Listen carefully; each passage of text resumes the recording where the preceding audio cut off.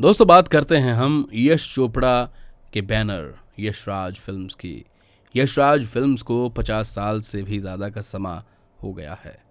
यश चोपड़ा के चले जाने के बाद उनके बेटे ने ये सारा कामकाज संभाल लिया। आदित्य चोपड़ा जिनका नाम है, और उनकी वाइफ रानी मुखर्जी हैं। दोस्तों, आपको बता दूं कि आदित्य चोपड़ा ने बहुत बड़ी बड़ी फिल्म्स का निर्माण किया है।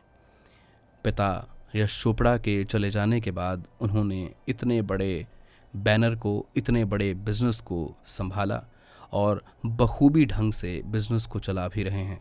लेकिन दोस्तों, आप सब जानते हैं कि बिजनेस में अगर उतार आता है, चढ़ाव भी आता है। यानी कि अगर बिजनेस में नुकसान है, फ़ायदा भी है, पर अगर नुकसान ज़्यादा हो जाए तो उसकी भरपाई करने में समय लग जाता है ना। और कभी कभी इसी समय में बिजनेस बंद होने का खतरा मंडराने लगता है। पर यशराज बैनर आज भी चल रहा है और दुआएं हैं कि इसी तरह से ये चलता जाए, फिल्में बनाते जाएं और फिल्म हिट पर हिट हो। पर कभी कभी फिल्में हिट नहीं होती तो दिल को दुख लगता है। हालांकि यशराज बैनर बहुत बड़ा बैनर है और बहुत बहुत सारी फिल्म्स जो बड़े बड़े बजट की बनती हैं इस बैनर के अंडर बनाई जा रही हैं आज भी। मगर पिछली 3 फिल्मों की अगर हम एवरेज निकालें तो वो फिल्में सुपर से भी सुपर फ्लॉप रही हैं। अगर हम बात करें फिल्म अक्षय कुमार की, सम्राट पृथ्वीराज फिल्म को बनाने में लगभग 200 करोड़ रुपए का खर्च हुआ।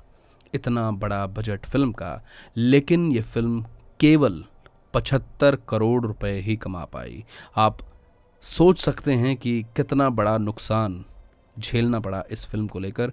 हालांकि बैनर को और फिल्म के जितने भी जो प्रोड्यूसर हैं उनको इस फिल्म से बहुत उम्मीदें थीं, बहुत ज़्यादा, अक्षय कुमार से ख़ासकर। लेकिन जब ये फिल्म सिनेमा घरों में रिलीज़ हुई तो लोगों ने इस फिल्म को बिल्कुल भी पसंद नहीं किया। स्टोरी तो बहुत अच्छी रही, लेकिन इस फिल्म को जिस तरह से बुना गया है, जिस तरह से स्क्रीन प्ले या एक्टर्स को बिठाया गया है कहानी के अकॉर्डिंग, वो लोगों को बिल्कुल भी नहीं भाया। और यहाँ तक लोगों ने कहा कि सम्राट पृथ्वीराज के किरदार में अक्षय कुमार को रोल ही नहीं जचा। और जितने भी किरदार हैं उनके बारे में भी यही बात कही जा रही है कि वो किरदार इस फिल्म के अकॉर्डिंग जचे ही नहीं, उन्हें रोल सूट ही नहीं किया। और ऐसी बहुत सी बातें जो अक्षय कुमार की एक्टिंग पर भी सवाल खड़े कर रही हैं। बहरहाल फिल्म आज फ्लॉप है और इसका नुकसान किसे भुगतना पड़ रहा है? इसका नुकसान भुगतना पड़ रहा है बैनर को, यशराज फिल्म्स को।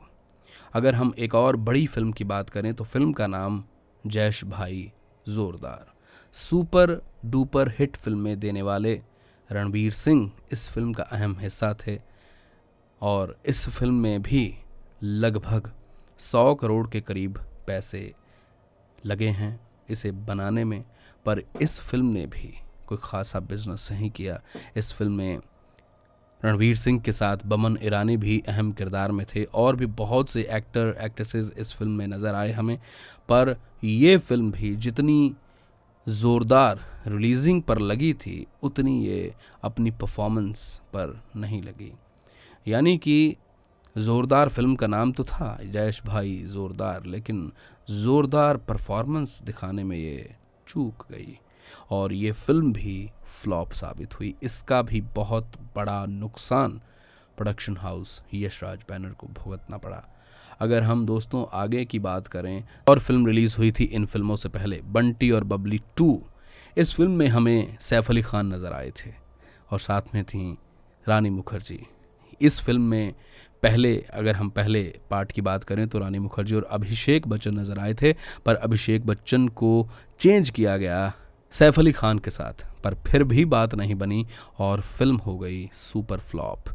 इस फिल्म पर लगभग 45 करोड़ रुपए खर्च किए गए थे और इस फिल्म ने कमाई की केवल 11 करोड़ की। इतना बड़ा नुकसान फिर से प्रोडक्शन हाउस को झेलना पड़ा।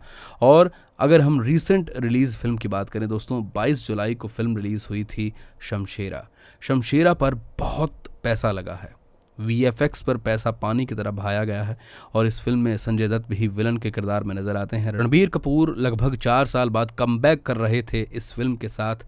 22 जुलाई को ये फिल्म रिलीज़ हुई थी, पर इसकी जो ढीली ढाली परफॉर्मेंस थी उसने ये साबित कर दिया कि ये फिल्म भी लोगों को पसंद नहीं आई।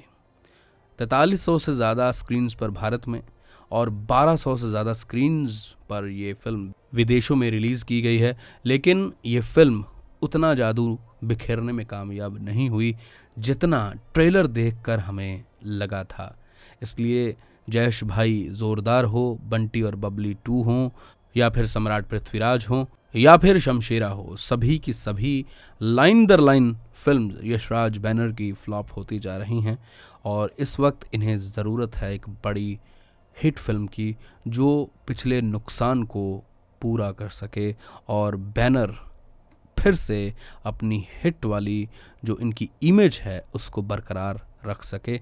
अगर हम बात करें यश चोपड़ा की तो उनके रहते फिल्म ऐसा नहीं है कि फ्लॉप नहीं होती थी, लेकिन 2-3 फिल्म फ्लॉप देने के बाद एक बड़ी फिल्म आती थी जो सबका पैसा पूरा कर लेती थी और रोमांटिक फिल्म्स बनाने के किंग माने जाते थे यश चोपड़ा जी। लेकिन आज वो नहीं है, कमी तो रहेगी लेकिन उनकी जगह किसी को तो लेनी पड़ेगी ही।